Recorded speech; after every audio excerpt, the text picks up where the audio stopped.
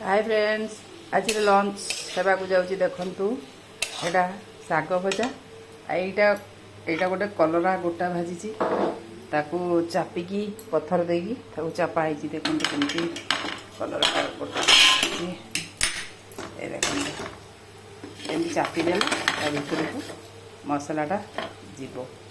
एटा कलरा गोटा भजा है। चलतु देखा खाଇବା चलतु टेस्ट करिया केमिति हेची। देखु खाइबा को आनी आसली आज गरम भीषण दही पखाड़ सांगरे एटा गोटे पाग होईची। कौन कौन पुटल, भेंडी, बाईगण, आलू, बड़ी, बाईगण ए पागटा होईची पखाड़ पई।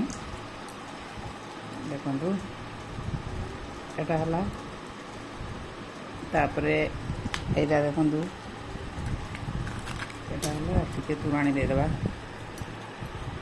पागटा है शाग भजा है। एटा कलरा गोटा कलरा भाजी मसला देकी। एटा बीन्स, आलू, पुटल भजा, आंब, एटा गोटे आचार कंचा आंबरे बेसर देकी मेथी देकी आचार है। एटा को दोली खाइबा बढ़िया लगे पखाड़े। खटा और मिठा है। एटा रखा माने खाई देकी सार दि जाए। देखिए टे चाटदवा बहुत टेस्टी बढ़िया लगे आचारटा। मोर कलरा भजाटा प्रिय। ते खाई देखा कलराटा केमती है।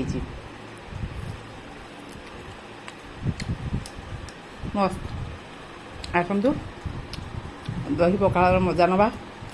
दही पखाड़, दला दुली, कलरा शाग भजा आज लंच है। यहाँ आसतु खाइबा।